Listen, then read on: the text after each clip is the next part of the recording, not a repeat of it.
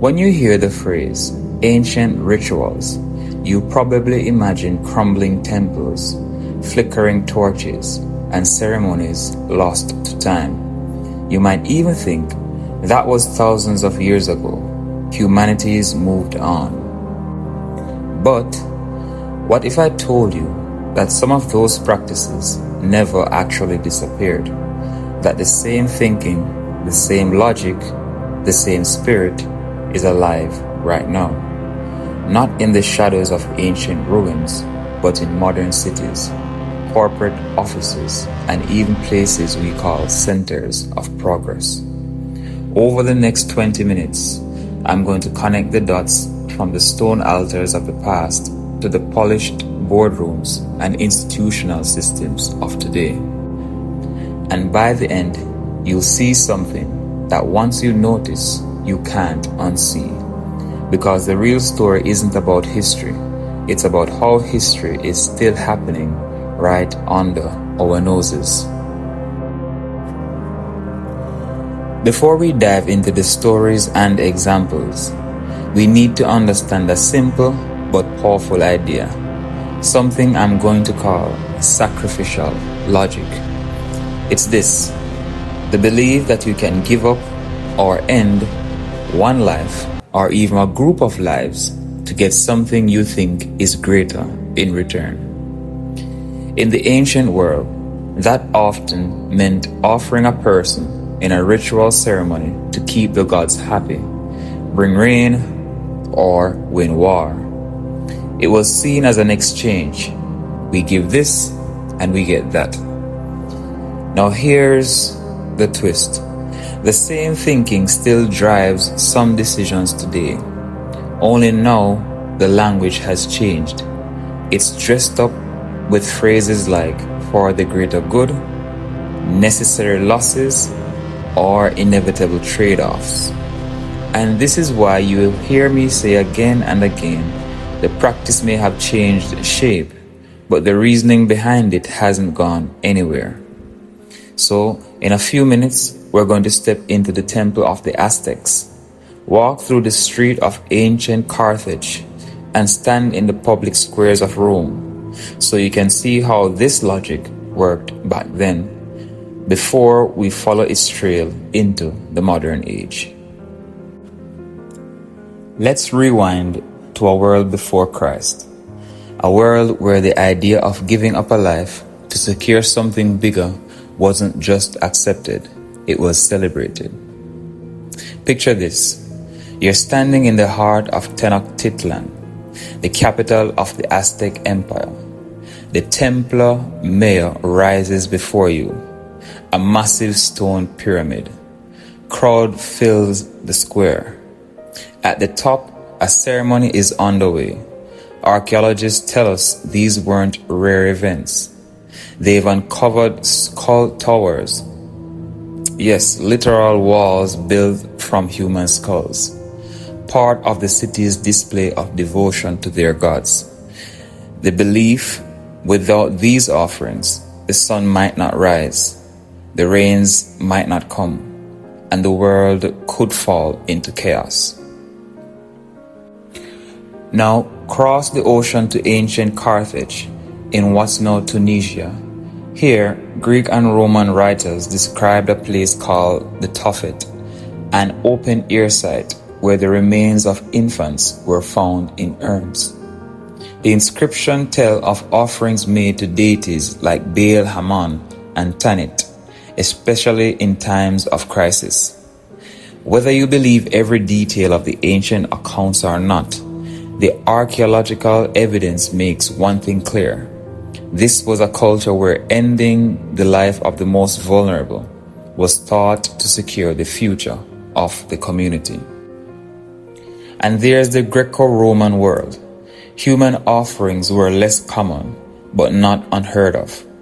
Ancient myths, like the story of Iphigenia, tell of leaders who believed the winds would only favor their fleet if a young girl was given up. Even as the centuries passed, Rome kept certain rituals that involved ending lives in the name of protecting the state. In each of these societies, the pattern was the same. The act was seen as cruel, it was seen as necessary, and it was almost always approved by the people at the top, the priests, the rulers, the decision makers. What's fascinating and chilling is that these ancient cultures didn't think of these acts as failures of morality. They saw them as the height of responsibility. And that's what makes sacrificial logic so dangerous. It can dress itself up as duty, even as progress.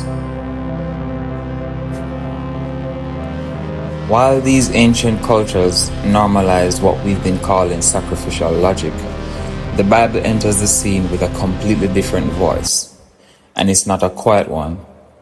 The God of Israel looks at these practices of surrounding nations, offering children in fire, dedicating them to idols, and he says no. In Leviticus 18, verse 21, he commands, "Do not give any of your children to be offered to Molech. You must not profane the name of your God." That is strong language, and it means this isn't just a bad habit. It's an insult to who God is. The Bible even names specific places. One of the most infamous was the Valley of Hinnom. This is where some in Judah built a place called Tophet, where they burnt their sons and daughters in the fire to foreign gods. And God responds in Jeremiah 7, verse 31, saying, "I never commanded it, nor did it enter my mind." In other words, this isn't just wrong. It's completely foreign to his nature. And then there's the prophetic voice. People like Micah and Amos, calling out a deeper truth. God doesn't want endless offerings, even animal ones, if they're divorced from justice, mercy, and humility. Micah 6, 7 through to 8 ask, if giving your firstborn could pay for your sins, and then answers with a resounding no. Here's the radical shift. Instead of demanding the powerless give up their lives for the powerful, the Bible points toward a future where the all-powerful would give up his life for the powerless. That's where Jesus comes in, the ultimate reversal. The cross becomes the last and only needed offering. The sacrificial system isn't just paused, it's fulfilled and completed. That's why, for Christians, any modern version of sacrificial logic, whether it's in the name of culture, politics, or progress, is a return to something God already judged and rejected. When we think about those ancient practices, the temples, the public ceremonies, the belief that certain lives must be given up so others can thrive, it's tempting for us to say, well, at least we're beyond that. But history after the Bible shows us that we simply changed the stage, changed the clothing, and changed the language. But the logic or the spirit stayed exactly the same. Let's start with this transatlantic slave trade. For over 300 years, millions of Africans were taken from their homes, packed into ships under conditions so brutal that many never made it to shore. Those who survived were sold as property, forced into labor that built entire economies. The reasoning, profit and prosperity for others. The altar wasn't made of stone anymore. It was made of marketplaces, shipping routes, and plantation fields. Move forward to the 19th century and meet John Marion Sims, often called the father of modern gynecology. His surgical breakthroughs came at the cost of repeated invasive operations on enslaved black women. Women like Anarcha, Lucy, and Betsy, without anesthesia. Their suffering was reframed as progress, But if we strip away the polite medical language, it's the same old pattern. The powerless are offered up for the gain of the powerful. Then there's a Tuskegee syphilis study in the 20th century. Hundreds of African American men were told they were getting free health care, but in reality, treatment was withheld so researchers could watch how the disease progressed. Even after a cure was found, they were still left untreated, all in the name of science. And then there's genocide, the deliberate erasing of entire peoples, whether it was the Holocaust, the Armenian genocide, or Rwanda in 1994. The justification was always cloaked in the words like purity, security, or stability. In each case, the decision was made that some groups needed to be removed so the rest could move forward. Different century, different tools, different explanations, but the underlying logic or the underlying spirit exactly the same as the ancients. Some must be unalived so others can have what they want, and it's almost always framed as necessary, even noble. Do you believe in sin?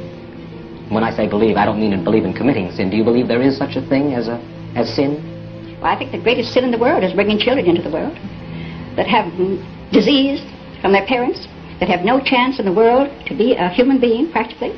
Delinquents, prisoners, all sorts of things just marked when they're born. That, to me, is the greatest sin that people can commit.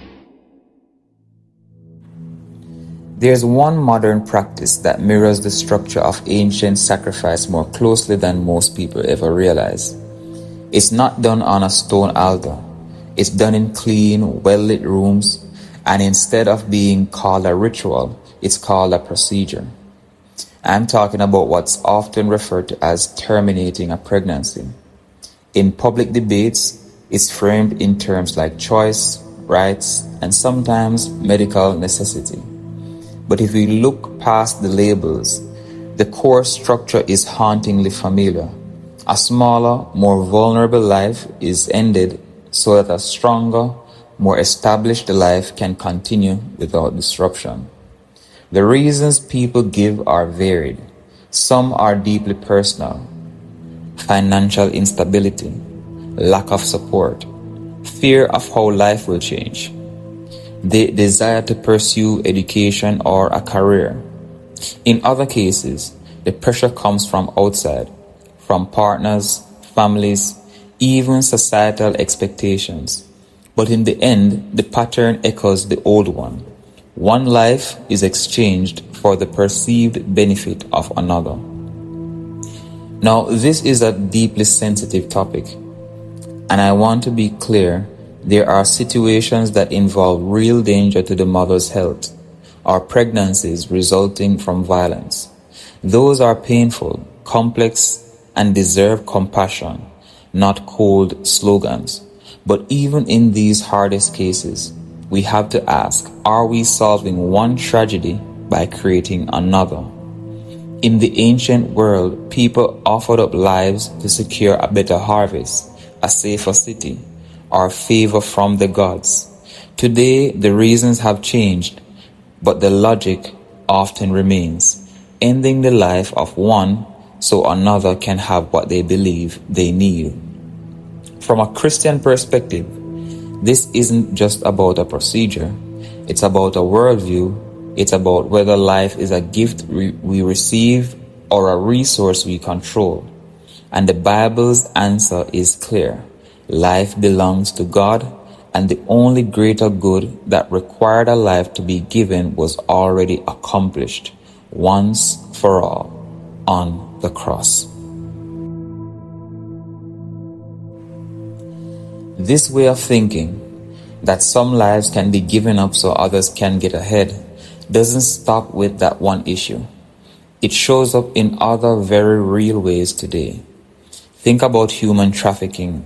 Around the world, millions of people are trapped in systems of exploitation, forced labor, exploitation for profit, and other forms of abuse. Their freedom, safety, and dignity are traded away so someone else can gain money, influence, or personal satisfaction. That's the same core idea we've seen for thousands of years, treating people as objects to be used rather than image bearers with value. Or consider illegal organ harvesting. In some places, the bodies of vulnerable individuals are targeted for their parts, which are then sold to extend or improve the lives of others. It's marketed as life-saving for the recipient, but it destroys the life or the health of the donor, often without consent. And then there's the way war is sometimes waged. You'll hear terms like collateral damage, a sanitized way of saying that civilian lives are lost in the pursuit of strategic objectives. Of course, sometimes tragic losses happen even in just causes, but there's a dangerous line when leaders start viewing those lives as acceptable cost rather than sacred lives to be protected. Whether it's in a back alley, a black market network, or a government war room, the logic is the same. Certain people's lives are treated as expendable for a goal someone else values more. And that's exactly what we've seen throughout history, just in different packaging.